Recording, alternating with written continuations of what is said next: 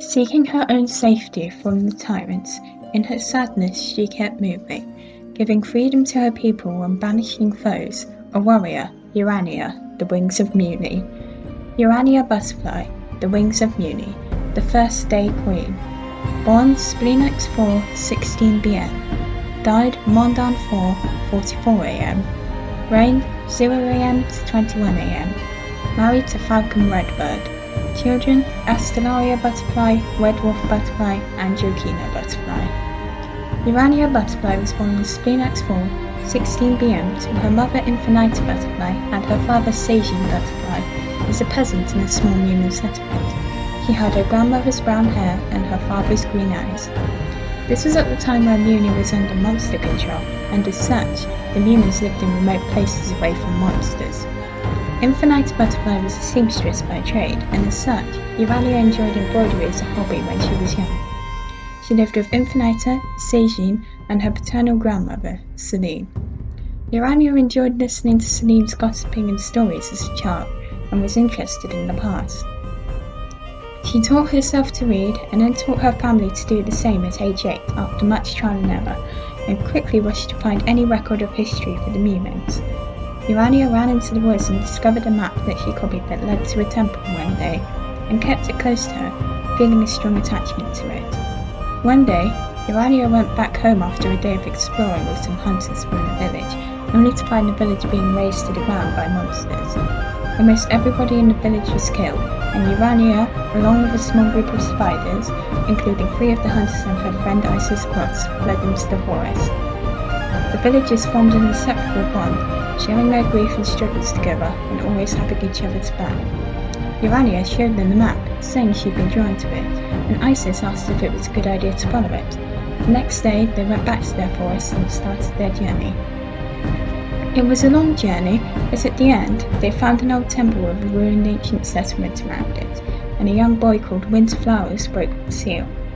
Urania ended up going alone into the heart of the temple, and inside she found a wand shaped like a cloud. Urania curiously touched the wand, and it transformed into a golden heart-shaped scepter with an orange teardrop jewel on it. Butterflies glowed on her cheeks, and I appeared before her. Urania took this all in stride, and asked my name and purpose.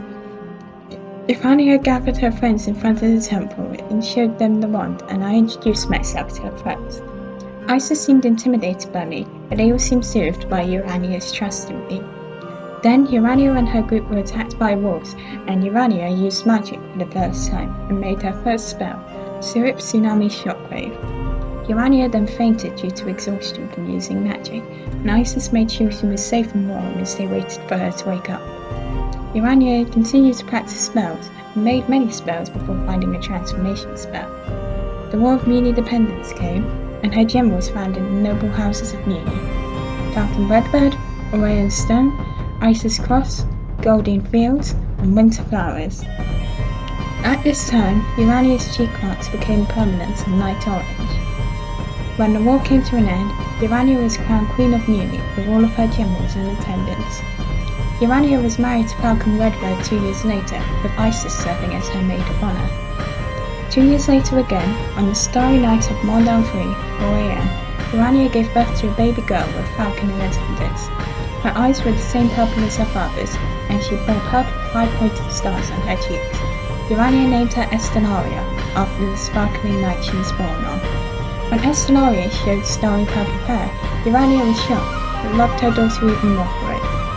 Urania was soon pregnant again, and this time she gave birth to a purple-haired boy with purple eyes named Red Wolf, who had purple tulips on his cheeks, on Cork 12, 6 AM. Urania and Falcon happily observed their children getting along together, and were endeared by Red Wolf's attachment to his elder sister. Red Wolf and Estelaria were overjoyed when their mother was with child again, and hung around with her protectively. Urania's final child was a girl with her grandfather's silver eyes called Jokina Butterfly. She was born on Sagnog 10, 10 AM, with red upside-down question marks on her cheeks and red hair. Urania liked to bring Estelaria with her to meetings, and the young princess showed promise in politics. The family became troubled as Jokina began to have attacks of delirium at age 5. Urania was worried by this and became even more worried when the royal doctors said that there was no cure. The family loved attending festivals together, and Urania prepared to give the first Song-Day festival to her daughter. Urania decided that the wand would be passed down to her daughter at age 14. On Spleen X5 of 17 a.m., Urania heard screaming from part of the castle and rushed to find Redwolf with a severe burn on his hand and Joachina screaming at him as he held the magic book of spells away from her. Estelaria ran between them and held her sister down by hugging her. Joachina was heard to scream, "It has to be burned! It all has to be burned! Mother has to be—" Estelaria desperately cried at Joachina to stop it, and Urania stepped forward, alerting her children of her presence. Urania asked Redwolf about his hand, and he looked panicked and ran off with the magic book of spells in hand, and Falcon chased after him. Urania returned to the room to find Estelaria holding Joachina with both of them sobbing. Joachina looked at Urania and asserted the fact that she wasn't normal, and took herself to bed. Urania asked me what her child had done to deserve this experience, and cried in front of me for the first time. I had to tell her that I didn't know the answer to that, and Falcon and Redwolf, with his hand having been healed, came to her side. Redwolf explained that he burned his hand because he found Joachina trying to burn the book, and then trying to burn the castle to the ground. Urania started to experience bouts of insomnia after this, but still continued her queenly duties. Soon, Estelaria turned 14 and inherited the wand in the grand ceremony. Joachina was given special permission by the royal family and their ministers to attend the event. Urania was serious about Estelaria learning better magic than she could, and Estelaria bared the responsibility with pride. The first Song-Day festival was held in Estelaria's honour, and Joachina sang along to the song, and it made Urania happy to see Joachina being able to have fun. Tragedy struck for the family in 20 a.m. when on Zamorano 3, Joachina was found dead in the gardens with a fire spreading across the castle. The fire was put out, and Urania screamed through her tears for days afterwards. On 584, 20 a.m., Joachina had a beautiful funeral service conducted and was buried on the hill under a tree where she used to sew with her mother. The service was covered in red and had upbeat music conveying her upbeat attitude. 1 year later, finding her duties too much after the death of her child, Urania abdicated and Estelaria was crowned queen on Org 4, 21 a.m. Urania's remaining years were spent with her family.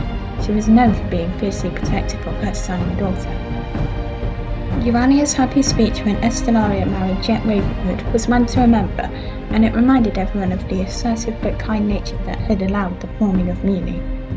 Urania saw the birth of all 3 of her grandchildren, Emera, Nux, and Knightley respectively. On Mondan 4, 44 a.m., Urania passed away easily from natural causes. The first Queen of Mewni was immortalised in history forever.